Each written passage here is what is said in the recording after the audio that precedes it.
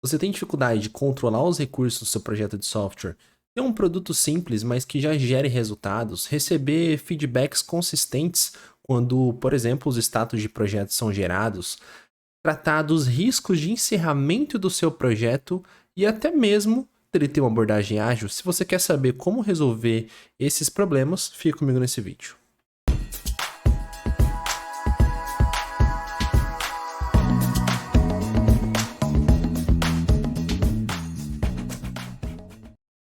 Saudações para você que trabalha com definição e gestão da entrega de projetos de software e está aqui nesse vídeo para saber mais como superar os desafios do dia a dia dessa jornada de transformar as organizações com projetos de software. Meu nome é Agostinho Risso, se você não me conhece ainda e está chegando agora aqui nesse canal, eu trabalho com projetos de definição e gestão da entrega de software há mais de 7 anos e hoje vocês vão estar aqui comigo no quadro Insights. É um quadro que, diferente da última vez, né, que a gente trouxe aqui um insight e passou pelo assunto de uma forma um pouco mais rápida, hoje eu vou trazer para vocês 7 insights. E por que 7? Porque se o Prince 2 tem 7 temas, 7 princípios e 7 processos, quantos insights eu vou trazer aqui para você? 7.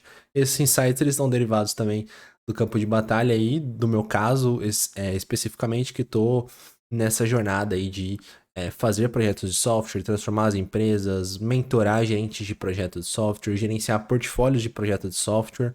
Então, no dia a dia, eu vou tendo vários insights, eu vou coletando ali e vou trazer para vocês de uma forma mais ou menos parecida com o quadro Campo de Batalha, que aí eu trago um convidado, ou até mesmo futuramente posso fazer só de um case que eu vou trazer para vocês, e a gente discute aprendizados derivados da aplicação dos conteúdos que vão ajudar você tanto a definir melhor e gerenciar a entrega de software, tá bom? Então, o nome do episódio, hoje aqui eu separei os principais assuntos que a gente vai tratar, como eu comentei com vocês, vão ser 7 insights, mas a gente vai falar sobre notação de fluxo. Poxa, você modelar um fluxo em BPMN ou em uma outra notação de processo que seja, faz tanta diferença assim? A gente vai falar sobre riscos de encerramento, né? Existe risco para você encerrar o projeto ou quando você encerrou já está praticamente tudo ganho?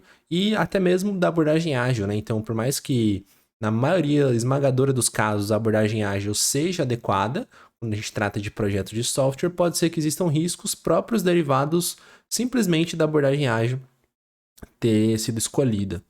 Beleza, pessoal? E os principais benefícios desse programa são esses, né? Você vai aprender insights rápidos que são derivados do campo de batalha e da gestão de projetos de software. Bom, se você está chegando agora aqui no canal, meu nome é Agostinho Risso, né? O canal aqui tem o meu nome e já se inscreva para não perder mais os conteúdos que a gente vai tratar aqui.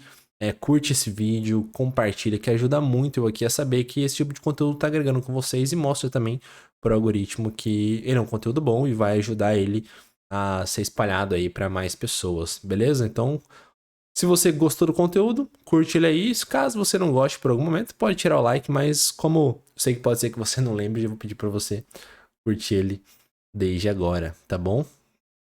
Então, sem mais delongas, vamos para o nosso vídeo, mas antes, rapidinho, vou pedir para você me seguir no Instagram, porque lá eu coloco bastante conteúdo complementar, também solto alguns cortes que pode ser que você veja aqui no YouTube, pode ser que você veja no Instagram, e lá você pode acompanhar um pouco mais da minha rotina, fazer perguntas caso você queira fazer diretamente por lá, né? E ver conteúdos complementares ali que eu coloco no formato de Reels, que são pílulas de conhecimento mais rápido.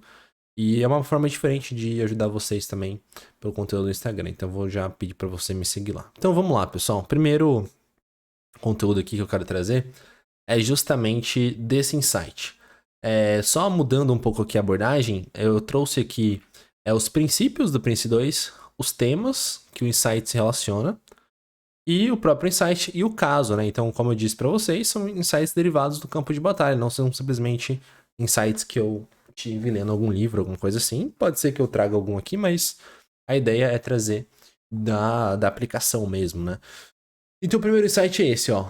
Daily Log de projeto é uma excelente e importante forma de monitorar energia dedicada aos projetos. Para você entender, o Daily Log do projeto, ele é uma ferramenta que é um artefato gerencial que o Prince 2 recomenda que você use é sempre que existe algum tipo de avanço no projeto. Então, por exemplo, você foi lá e planejou uma parte do cronograma do projeto, você vai lá e usa o daily log.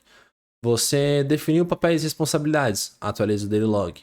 Você avançou, ainda que não tenha acabado a construção de uma parte do produto do projeto, vai lá e registra no daily log. Por que isso? Porque aí você vai tendo um lugar que você registra sempre fatores relevantes do projeto e o mais importante, como eu estou trazendo aqui, você monitora a energia dedicada. Por quê?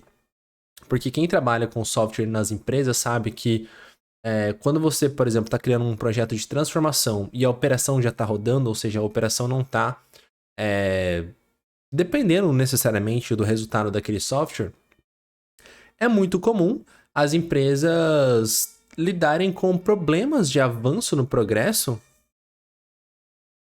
Justamente por quê? Porque a concorrência sempre da operação ela tende a ser mais forte. Então, a tendência é que as pessoas dediquem mais tempo para a operação do que para o seu projeto de software. E aí, como que você vai mapear o quanto as pessoas estão de fato avançando naquele projeto, estão colocando a energia delas ali para fazer coisas relevantes naquele projeto? Pela ferramenta do Daily Log.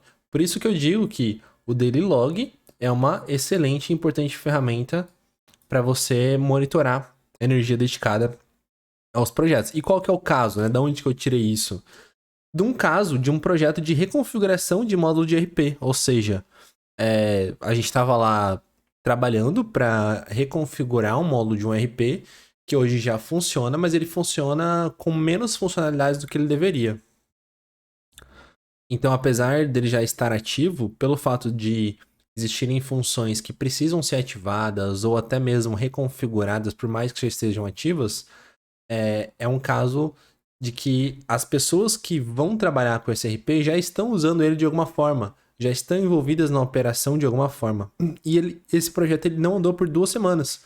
E por que ele não andou por 2 semanas? Por fatores específicos lá do que aconteceu, mas conversando com a gerente desse projeto, na verdade a gerente do portfólio desse projeto, a gente estava refletindo, né? Poxa, se fosse possível, por exemplo, aferir o quanto de energia estava sendo colocado para que esse projeto fosse gerenciado nesse período, a gente poderia ver que, por exemplo, no caso lá, eles precisavam de uma reunião com uma pessoa e ficaram 2 semanas sem agendar essa reunião para que fosse tomada lá uma decisão sobre itens que seriam uma tabela que depois seria uma configuração desse RP. Então pensa, um RP que receberia ali informações de preço de um determinado projeto, ele precisava de uma pessoa lá responsável pela área, uma diretoria, que falasse, ok, concordo com esses preços, com esses materiais e com esse vínculo aqui de produtos versus o que seria utilizado no atendimento. Mas eles não conseguiram essa reunião por 2 semanas e aí o que acontece? Eu simplesmente não avanço. Então, se você tem como mapear, poxa, eu em um determinado dia tentei agendar uma reunião, depois eu precisei desmarcar pelo motivo A, depois eu reagendei de novo, mas a reunião não foi produtiva, entende? Se você faz esse tracking da energia que está sendo gasta, por exemplo, para fazer essa reunião e conseguir avançar na configuração dessa tabela, você, quando recebe ali um status do projeto, que eu até vou falar depois especificamente sobre isso, eu posso mostrar depois no quadro de direcionamento técnico como criar um status de projeto.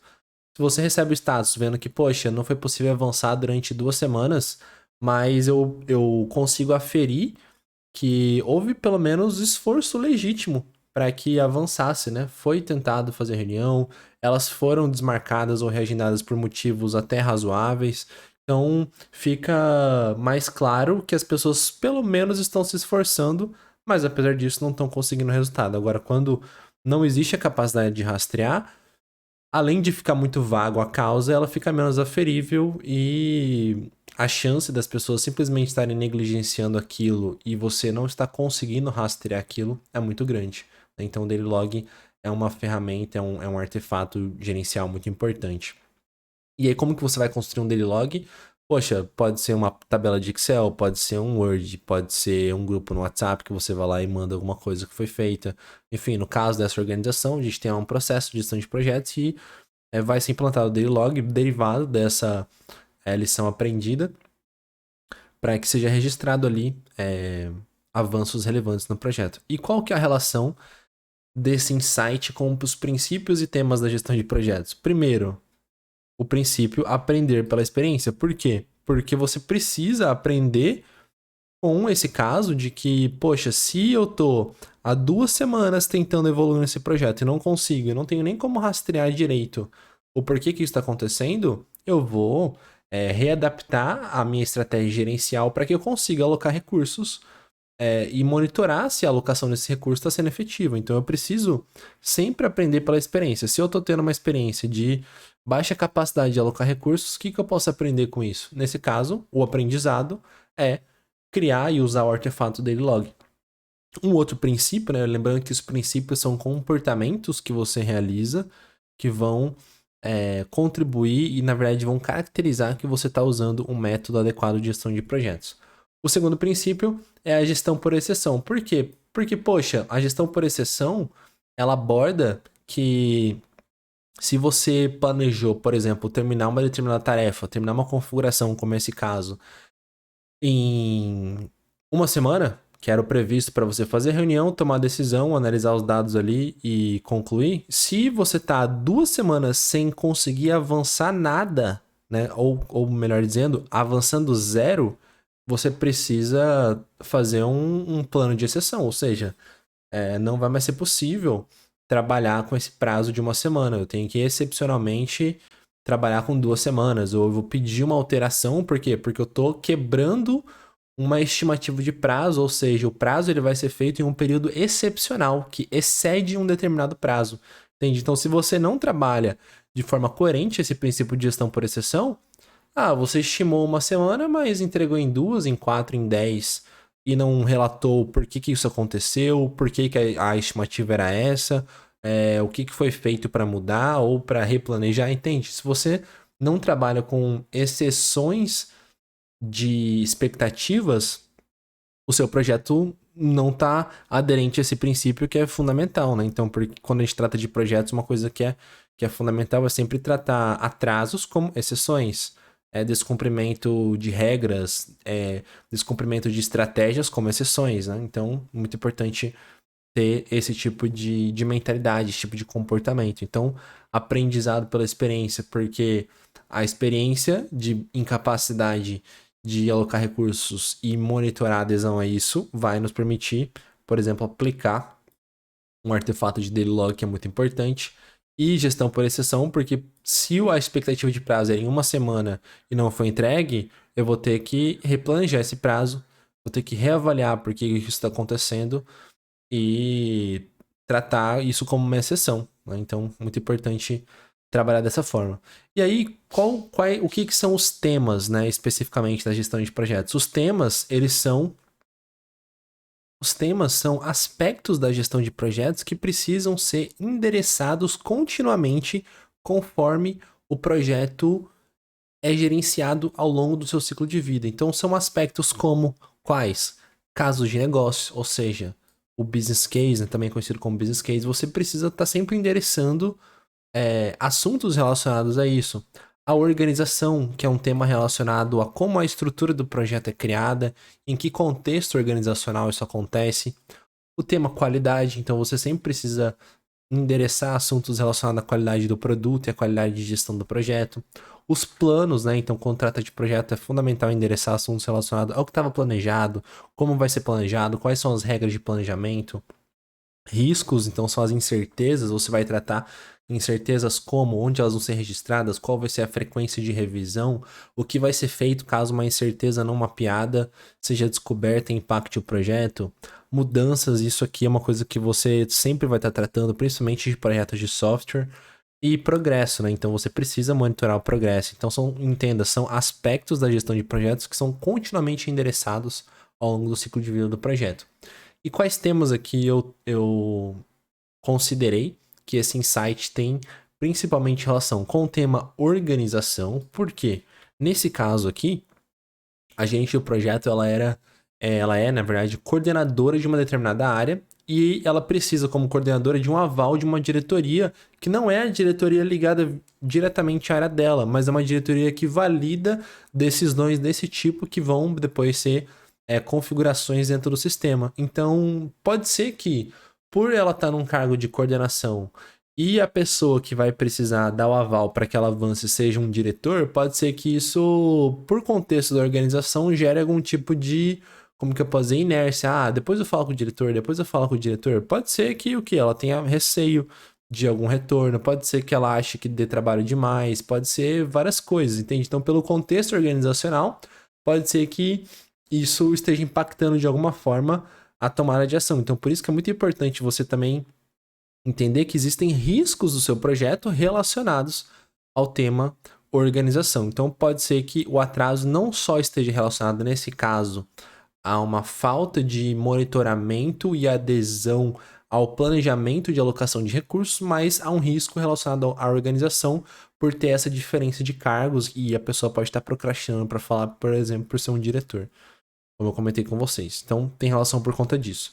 E progresso, por quê? Porque, poxa, se você precisa entregar em uma semana algo e você passou 2 semanas e não entregou, você está tendo um problema de progresso. E para você criar um artefato que vai monitorar, por exemplo, avanços relevantes como o Daily Log, tende a ser uma estratégia de mudança dentro desse projeto para você criar um artefato gerencial que não estava sendo usado anteriormente, para você monitorar melhor o progresso, para você conseguir melhores resultados no progresso desse projeto. Bom, sobre esse insight é isso. Se você concorda que tem relação com esses princípios, com esses temas, deixa nos comentários aí. Eu vou gostar bastante de contribuir com essa discussão e a gente ajudar ainda mais a comunidade, tá? O próximo insight, vamos lá. Engajamento operacional tem relação direta com consciência de benefícios. Então, veja só, esse caso aqui, deixa eu compartilhar com vocês, acabei não compartilhando, vejam lá. Engajamento operacional tem relação direta com consciência sobre benefício. Então, esse caso aqui é de um painel para uma área de suprimentos que estava precisando de novas regras, ou seja, foi criado um painel que iria atender uma determinada área de suprimentos e esse painel deveria refletir um contexto operacional dessa área. Só que pelo fato dessa área não ter passado regras específicas de uma forma mais detalhada, sobre especificamente lá era um ponto de pedido de estoque, né? Então, para você determinar um ponto de pedido, você precisa saber várias coisas, a expectativa de consumo, em quanto tempo demora para aquele produto chegar, o histórico de variação de consumo daquele material, porque se, beleza, você vê que consome o seu estoque em 2 semanas e ele chega em uma, então, teoricamente, quando chegar, vai ter ainda uma semana de estoque, mas pode ser que você consuma 4 semanas em uma. E como é que você vai saber isso? Olhando o histórico de variação. Então, aí você cria um estoque de segurança diferente. Então, perceba que não é simplesmente coletar os requisitos desse painel e ir lá implantar. Você precisa entender regras de negócio. Então, nesse caso aqui, a pessoa ela não se engajou tanto sobre a necessidade de ser mais específica lá sobre as características operacionais que permitiriam criar esse painel. Por quê? Porque aparentemente ela não sabia muito os benefícios disso. E depois ela até, mesmo entendendo os benefícios disso, acabou delegando para outra pessoa que também não entendia os benefícios e o engajamento ia piorando, né? Então, qual que é um princípio muito importante aqui? É justamente a justificativa contínua para o negócio.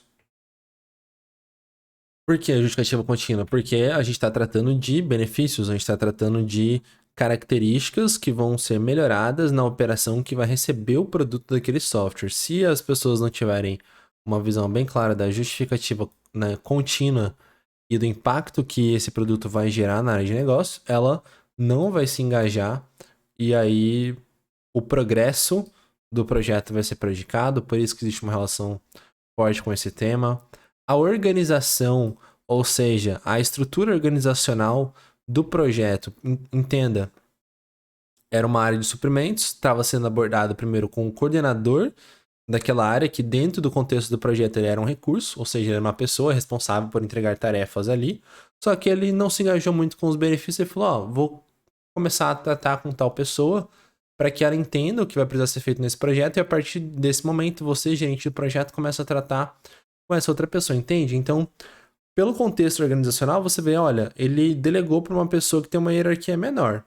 Pode ser que melhore? Pode ser que sim, porque, poxa, uma pessoa que tem menos atribuições pode ser que consiga se alocar mais para o projeto, então no primeiro momento você pode ver como positivo, ou, dependendo do contexto, você pode ver aquilo como negativo, ou seja, aquela pessoa dentro daquela organização, ela tem menos conhecimento, ela tem menos capacidade de receber, por exemplo, uma orientação, receber uma descrição de característica de um produto e entender que aquilo gera benefício. Então, por conhecer o contexto da organização, você já entende que aquilo vai ser ruim. Então, por isso que tem uma forte relação com o tema organização, porque pessoas ali foram envolvidas em momentos diferentes por causas diferentes.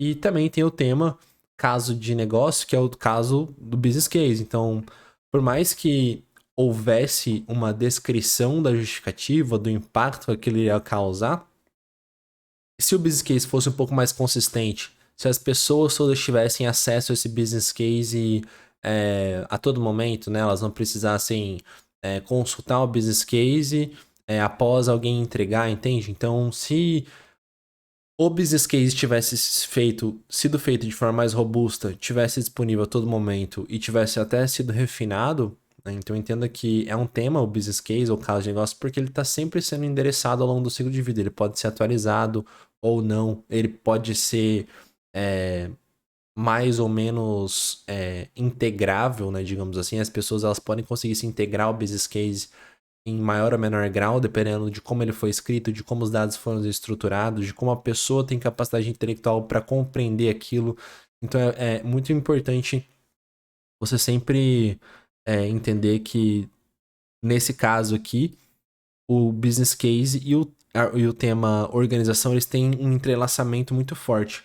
Porque dependendo da pessoa dentro daquela organização que vai ter acesso ao business case, por mais que o business case seja bom, se a pessoa não tiver capacidade intelectual para assimilar aquilo, pode ser que seja inútil, né? Você, como diz, dar pérolas aos porcos. Não que as pessoas sejam porcos, mas é só uma analogia aqui, certo? Próximo insight que eu trouxe para vocês é: comece simples, depois crie sofisticação. O caso é o caso de gestão de riscos em um novo processo do GP. Por quê? Foi implantado um processo de gestão de projetos numa determinada empresa e o processo ele previa, por exemplo, que fosse gerado um status do projeto e indicado lá os riscos ou o status dos riscos. No planejamento do projeto, quais são os principais riscos? Na gestão da execução, como estão os riscos? Só que a gente poderia, quando for implantar esse software de gestão de projetos, já ter criado uma coisa super complexa, ou seja, eu vou criar lá uma tela que vai ter o nome do risco, o tipo de risco, segundo a estrutura analítica de risco, são risco técnico, um risco legal, um risco organizacional, um risco, enfim, eletrônico, né? Dependendo da estrutura analítica de riscos da sua organização, você pode ter várias categorias. Aí uma descrição da probabilidade, o que é incerto, uma descrição do impacto, uma quantificação numérica para a probabilidade, uma quantificação numérica para o impacto, uma nota de exposição, entende? Eu poderia ter configurado a tela para registrar o risco de uma forma super sofisticada e robusta. Porém, a opção ela foi feita para que começasse simples, como está aqui. Ou seja, vamos colocar só o risco no status. Quando a pessoa for fazer um status do projeto, ela descreve lá o status dos riscos. E, caso considerem necessário, lá na parte de planejamento, um campo texto longo para falarem os principais riscos do projeto. Ou seja, não vou criar uma tela super complexa, por mais que eu saiba que uma eventual sofisticação adicional possa gerar benefício. Então, vamos começar simples, vamos garantir adesão, depois a gente cria mais sofisticação. Então, foi essa a ideia. Tá? E quais são as relações com princípios e temas da gestão de projetos? Princípios: aprender pela experiência, ou seja, o simples fato de eu ir melhorando a gestão de riscos em termos de adesão, em termos até de qualidade mesmo do uso daquilo, vai me permitir futuramente, através dessa experiência de usar a gestão de riscos cada vez melhor, ir melhorando o artefato e colhendo os benefícios disso se aplicável, porque pode ser que você deixe o artefato mais robusto, mas não melhore significativamente em nada. Então, é importante contar com o aprendizado derivado da experiência de aplicação da gestão de riscos. O segundo caso, né? Foco em produtos. Por que isso aqui é importante? Porque eu vou criar uma parte do produto desse processo de gestão de projetos como sendo o artefato de gestão de riscos. Então, pensa, eu tenho lá um grande bloco chamado novo processo de gestão de projetos, eu quebro esse bloco em partes menores, e essas partes menores são, dentre elas, o artefato de gestão de riscos. Ok, eu preciso entregar um produto relacionado a isso, sim, mas eu vou entregar um produto simples pelo conceito até de mínimo produto viável, que já vai gerar um benefício rápido. E depois, futuramente, se fizer sentido, eu crio um produto melhor. Então é importante entender isso. Qual que é o produto que você está criando? Quais são as subpartes desse produto? E como essas subpartes podem gerar resultado mais rápido? A terceira relação é adaptação para o projeto. Ou seja, não é porque eu li, por exemplo, que o procedimento de gestão de riscos do Prince 2 tem as determinadas características que todo e qualquer processo de gestão de projetos vai ter aquelas características. Não. O próprio Prince 2 diz que você precisa estar sempre o quê? Adaptando. Então, para o contexto desse processo de gestão de projetos especificamente, a adaptação era campo texto longo, simples. Por quê? Porque eu vou entregar um produto simples e no status, entende? Então, esse foi a maneira de adaptar. E os temas. Aí são vários temas, né? Eu preciso mostrar aqui que existe uma grande relação com vários temas. Quais? Casos de negócio. Ou seja, eu tenho como gerar benefícios conforme os benefícios planejados no business case que justificou a criação de um processo de gestão de projetos. Com um processo de gestão de risco simples, um procedimento simples, tenho. Então, o business case vai continuar sendo válido, eu continuo contando com o impacto desse business case, apesar da simplicidade da gestão de riscos. Um outro tema, organização, ou seja, eu sei que a capacidade das pessoas dessa organização, por eu conhecer as características delas, eu sei quem vai trabalhar no projeto, eu sei o background dessa pessoa, ou seja, o quanto ela conhece de gestão de riscos. Então, o fato de eu conhecer as competências mesmo dessas pessoas me permite considerar que uma simplicidade dessa subparte do produto inicialmente vai ser benéfica e capaz de entregar o business case. Qualidade, ou seja, uma coisa, eu sempre falo aqui, mas eu acho que sempre é bom lembrar. Uma coisa é aferição de qualidade, ou seja, é possível aferir qualidade a partir de um determinado grau. Outra coisa é o próprio grau de qualidade. Então, qual que é o grau de qualidade aqui? Eu tenho basicamente 2 graus de qualidade. Eu tenho um grau relacionado a ser necessário tratar de riscos na etapa de planejamento com um texto longo, e o outro grau que, quando eu for fazer um status de projeto, precisa ter um campo lá, status dos riscos. Ou seja, são 2 características aferíveis. O grau de qualidade é baixo. Diferente, por exemplo, se eu criasse um formulário de gestão de risco super complexo que teria várias características. Entende que os 2 têm graus diferentes, mas a aferição de qualidade, ela não depende do grau, ela depende das características do que foi entregue. Então, se eu entreguei um produto com 2 características de qualidade, porque o grau previa isso, ele tem uma qualidade 100% aferível. O outro, se ele tinha 10 características, mas eu entreguei só 5, ele tem 50% de qualidade, apesar de ele ter mais grau. Então tem muita relação com isso, né? Com o quanto eu vou deixar o grau de qualidade complexo baseado no que eu sei das pessoas da organização e baseado no que eu sei que é necessário entregar de impacto. Planejamento, por que é importante isso?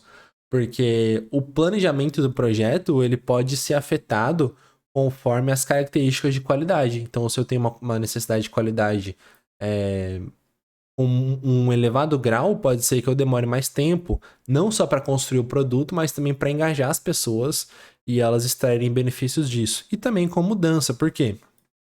Porque se alguém, por exemplo, ir lá e pedir uma mudança, não, mas pô, você vai tratar riscos só dessa forma? Ou num outro extremo, para que eu vou tratar riscos? O que importa são outras coisas. Não, eu já sei que se eu definir que isso é qualidade, por exemplo, para essa subparte do produto de gestão de riscos, então se alguém mudar algo relacionado a isso, vai ser uma mudança, vai ser submetido ao processo de gestão de configuração. Certo, pessoal? Então, eu entendo que são essas as relações desse insight, né? Comece simples e depois crie a sofisticação. E sempre lembrando, comenta aí embaixo e não esqueça de curtir e compartilhar esse vídeo caso você tenha gostado dele, caso você queira levar esse vídeo para mais pessoas. Ajuda bastante a manter aqui o canal, vai me mostrar que você está gostando desse conteúdo e vai poder levar ele para mais pessoas também. Lembra disso. Deixa o like e se inscreve. Próximo insight. Feedback de status é fundamental para melhorar a produtividade. Por quê, pessoal?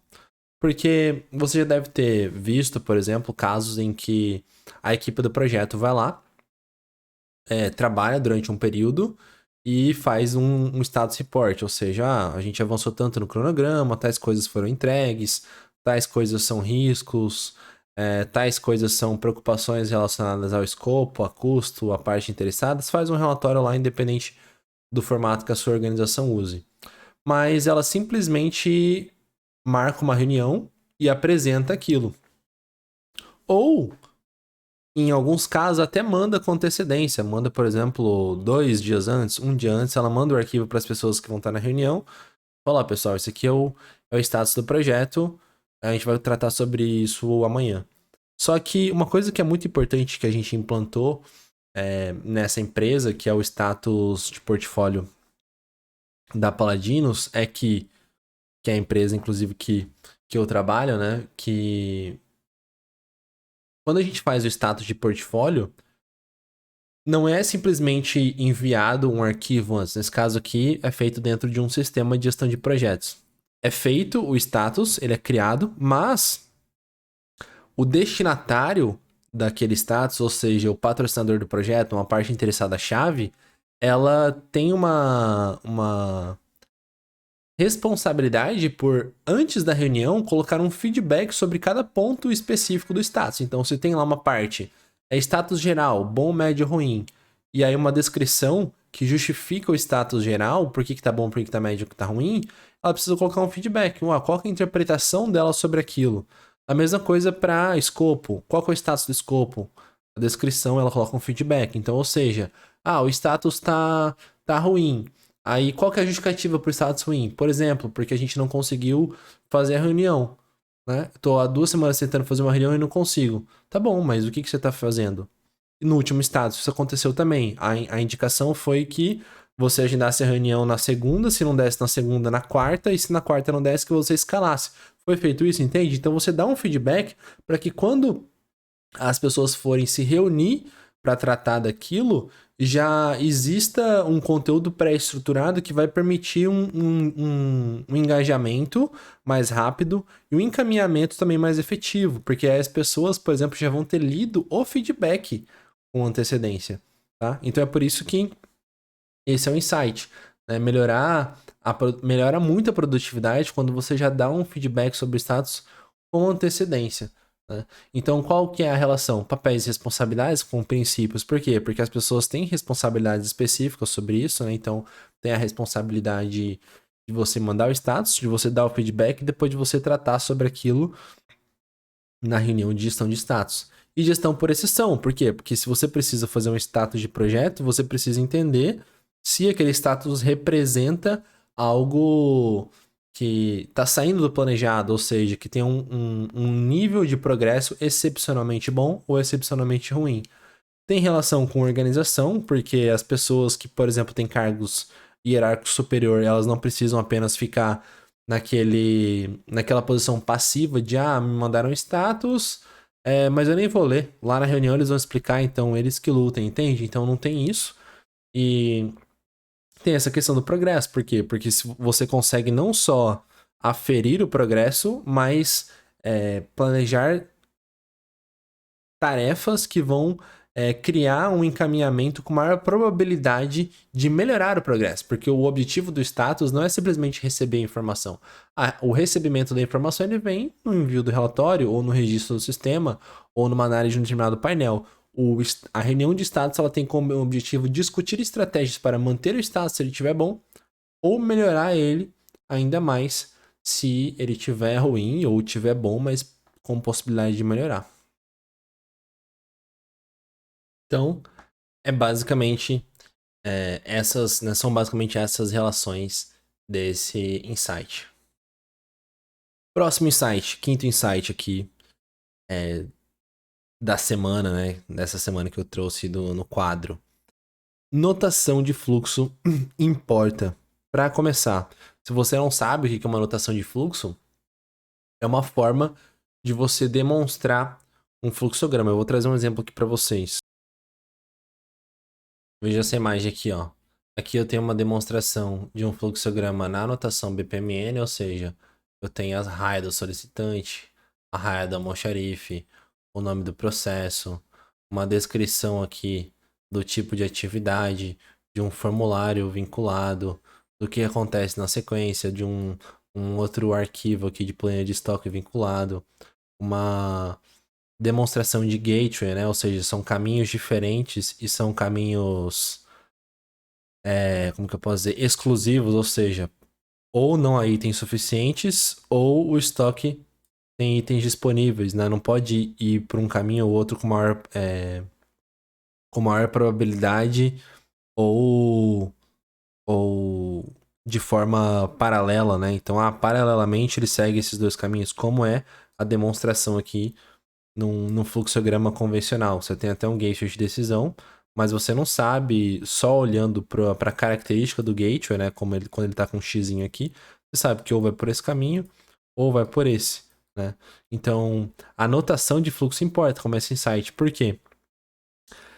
O caso aqui que aconteceu foi de um fluxo no post-it como rascunho para processo futuro de empresas de tecnologia que virará BPMN depois. Então, eu estava conversando com o consultor que estava fazendo um diagnóstico de gestão de projetos dentro de uma empresa e ele perguntou se eu fizer em BPMN é tão importante assim? E eu falei, sim, é fundamental. Mas antes faça em post-its, né? Pega lá um software de colaboração online, cria os post-its, coloca quem faz o quê, quais são as ferramentas utilizadas, mas de uma forma mais simples para você conseguir adaptar mais fácil também. Só que uma vez que a empresa validou aquele fluxo, aí você passa para o EPMN, porque a capacidade de depois você construir um software por trás daquilo é maior. Ou seja, a pessoa que vai receber os requisitos daquele processo futuro, recebendo o processo em um fluxo de notação BPMN, ela tem muito mais condições de construir o software do que se ela simplesmente receber um fluxo em post-it ou numa anotação de fluxograma convencional, como eu mostrei para vocês ali anteriormente. E aí, a relação disso com princípios e temas é essa. Ou seja, você aprende pela experiência de que entregar requisitos de processo em um fluxo de BPMN é muito mais acessível, é muito menos arriscado para evitar retrabalhos, né? Então, essa pessoa, por exemplo, quando ela for fazer um projeto e ela for escrever um requisito lá de que aquele projeto precisa, em uma determinada fase de diagnóstico, produzir processos que vão depois fundamentar requisitos, ela já sabe por essa experiência, esse feedback, ou até mesmo supondo que ele recebeu ali a indicação, mas ele entregou o fluxo em post-it e depois implantou o software e viu que gerou retrabalho, gerou confusão. Essa experiência de que esse insight aqui é relevante, ou seja, a notação de fluxo importa, vai fazer com que ele tenha um critério de qualidade diferente. Por isso que tem relação com o tema de qualidade. Tem relação com o tema organização também. Por quê? Porque pode ser que as pessoas dentro da organização elas não consigam interpretar uma anotação de BPMN. Pode ser que outra sim. Pode ser que a pessoa que vai fazer aquilo não tenha capacidade de produzir o fluxograma em BPMN. Ou seja, ele ali estava como consultor, ele mesmo ia fazer, mas pode ser que ele precisasse demonstrar aquilo para uma pessoa que não necessariamente vai conhecer a anotação. E para essa pessoa especificamente não faz muita diferença, ou ela até às vezes acha melhor uma anotação mais simples, porque ela consegue entender melhor, mas por falta de conhecimento. Ou vamos pensar no outro cenário, que ele precisasse delegar isso para alguém construir, mas essa pessoa não tem necessariamente as competências. Então, o tema organização ele trata disso, trata das competências e configuração das pessoas que vão trabalhar dentro desse projeto. Foco em produto, por quê? Porque é um produto com uma característica específica, ou seja, eu preciso construir um processo. Esse é um macro produto. Quais são as subpartes desse produto? Um processo, uma anotação mais simples e mais flexível, e depois um processo, uma anotação mais sofisticada, com menos capacidade de flexibilização, porque construir um outro produto depois que vai fundamentar ele. E adaptação para o projeto, ou seja, para esse projeto a gente vai adaptar fazer em post-it, mas pode ser que você não tenha como acessar um software, pode ser que a característica do BPMN tenha menos regras, enfim, o BPMN, se você estuda, você vai ver que existem várias características da anotação, ela não é tão simples. É claro que você pode usar ela no primeiro nível de simplicidade, que são as caixas, as raias e os gateways, e próximos níveis de complexidade você adiciona vários tipos de gateway, vários tipos de caixa, você pode transformar aquilo num BPMS, enfim. Nesse caso aqui, a adaptação era um fluxo de BPMN simples, mas que vai minimizar as chances de um potencial projeto de software futuro ter menos trabalho com configuração de requisitos. Bacana, pessoal. Próximo insight, então, riscos de encerramento também podem ocorrer após entregar produto para operações. Isso aqui aconteceu num caso de PPM, de uma empresa de celulose, que recebeu um produto Release 1, ou seja, ela recebeu lá o PPM dela, né, que é o software de gestão de projetos, a primeira versão, ou seja, a versão da Release 1, mas a equipe não sabia que tinha Release 2, e aí, quando estavam encerrando o projeto, para coletar feedbacks, olha, você gostou do produto, você conseguiu usar bem, você acha que vai resolver o seu problema, as pessoas às vezes não respondiam, às vezes porque ouviram de uma ou de outra que o produto não era tão bom assim e acabaram nem usando. Então entenda que se as pessoas não tiverem consciência, por exemplo, do conceito de release, das características da release, por que a release 1 foi configurada com mais simplicidade, você pode ter riscos na hora de encerrar o projeto. Então, algumas pessoas validaram que o projeto tinha uma característica do produto adequada, ou seja, já era passível de encerramento. Mas por outras ali não estarem tão engajadas nesse contexto da Release 1 e na 2, acabaram comprometendo a capacidade do projeto de entregar benefício, apesar dele ter uma alta aderência de qualidade. Por quê? Pelo contexto organizacional. Pessoas que se comunicam umas com as outras, que passam informações boas, que passam informações ruins. Então, né, essa é a principal relação desses dois temas. E quais são os princípios que se relacionam? Aprender com a experiência. Ou seja, se você já teve uma experiência, nesse caso, a equipe que estava trabalhando na configuração desse produto, eles já tiveram uma experiência anterior de receber um software de PPM também super robusto, mas que por ter muita robustez acabou reduzindo a capacidade de engajamento das pessoas. Agora elas estão tratando de um software menos robusto, mas que tem menos capacidade de engajamento por algumas pessoas acharem ele muito simples. Então, por não ter aplicado muito bem pela experiência estratégias de engajamento das pessoas, isso acabou sendo comprometido. Engajamento quando é muito robusto ou quando é pouco robusto. Até mesmo o fato deles terem falado, olha pessoal, naquela última experiência que a gente teve de um outro projeto, o software veio com muita sofisticação, acabou sendo ruim. Agora a gente vai implantar um software mais simples porque estamos aplicando os conhecimentos derivados desse aprendizado e contamos com a colaboração de todos, entende? Então, é um comportamento fundamental esse. Focar em produtos, ou seja, produtos simples e depois mais complexos, porque gera benefícios para o negócio, e adaptação, ou seja, não é porque eu já tenho hoje, por exemplo, requisitos e até mesmo dinheiro para fazer um produto super robusto que eu vou fazer isso. Eu vou adaptar, entregar uma primeira parte, colher os benefícios disso e depois avançar. Próximo e último insight: a abordagem ágil pode gerar riscos por adoção, mesmo sendo a mais adequada. Que caso foi isso? Foi um caso de diagnóstico em empresa que tinha diferentes fusos e dificuldade de casar agendas. Então entenda o seguinte: a abordagem ágil, ela prevê que as pessoas elas vão ter um alto nível de colaboração entre elas. Então, se eu estou numa empresa que as pessoas não conseguem cruzar a agenda para participar de reuniões juntas, que os fusos são diferentes e geram riscos desse engajamento, pode ser que faça mais sentido eu optar por uma abordagem mais preditiva, ou seja, eu vou fazer reuniões com menos pessoas aqui, vou planejar bastante o projeto e depois que eu entregar uma grande parte derivada de um planejamento mais robusto, aí eu busco validações mais rápidas que vão precisar de menos energia e engajamento das pessoas. Por quê? Porque essa equipe tem menos capacidade de trabalhar colaborativamente. Então entenda que o simples fato de você usar a gestão ágil, mesmo ela sendo mais adequada, por características da organização e por características de menos capacidade de fazer mudanças e obter um bom progresso, ela pode gerar riscos adicionais. Então, novamente, sempre que você vê um cara falando que ele é agilista, desconfie desse cara, entenda as suas intenções e se ele de fato conhece os princípios e temas adequados para trabalhar com gestão ágil, porque pode ser que ela não seja a mais adequada, mesmo na maioria esmagadora dos casos sendo. Se você não tiver uma consciência do contexto organizacional, pode ser que você se prejudique. Então, aprender para a experiência é fundamental, por quê? Porque as pessoas nessa empresa elas já tinham falado que em projetos anteriores teve muita dificuldade de agenda, que as pessoas não conseguiam se comunicar direito, que todo mundo saiu insatisfeito, o fornecedor saiu insatisfeito, o cliente saiu insatisfeito.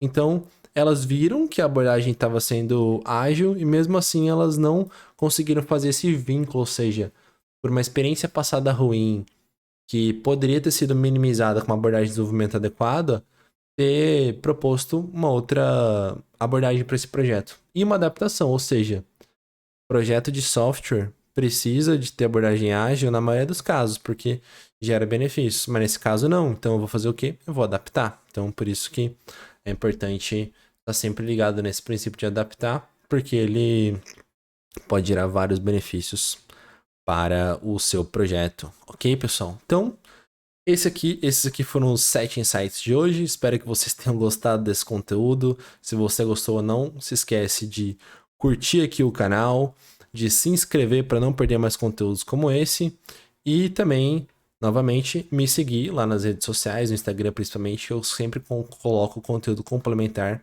que eu tenho certeza que pode ajudar bastante vocês, tá certo? Era isso que eu queria falar com vocês hoje.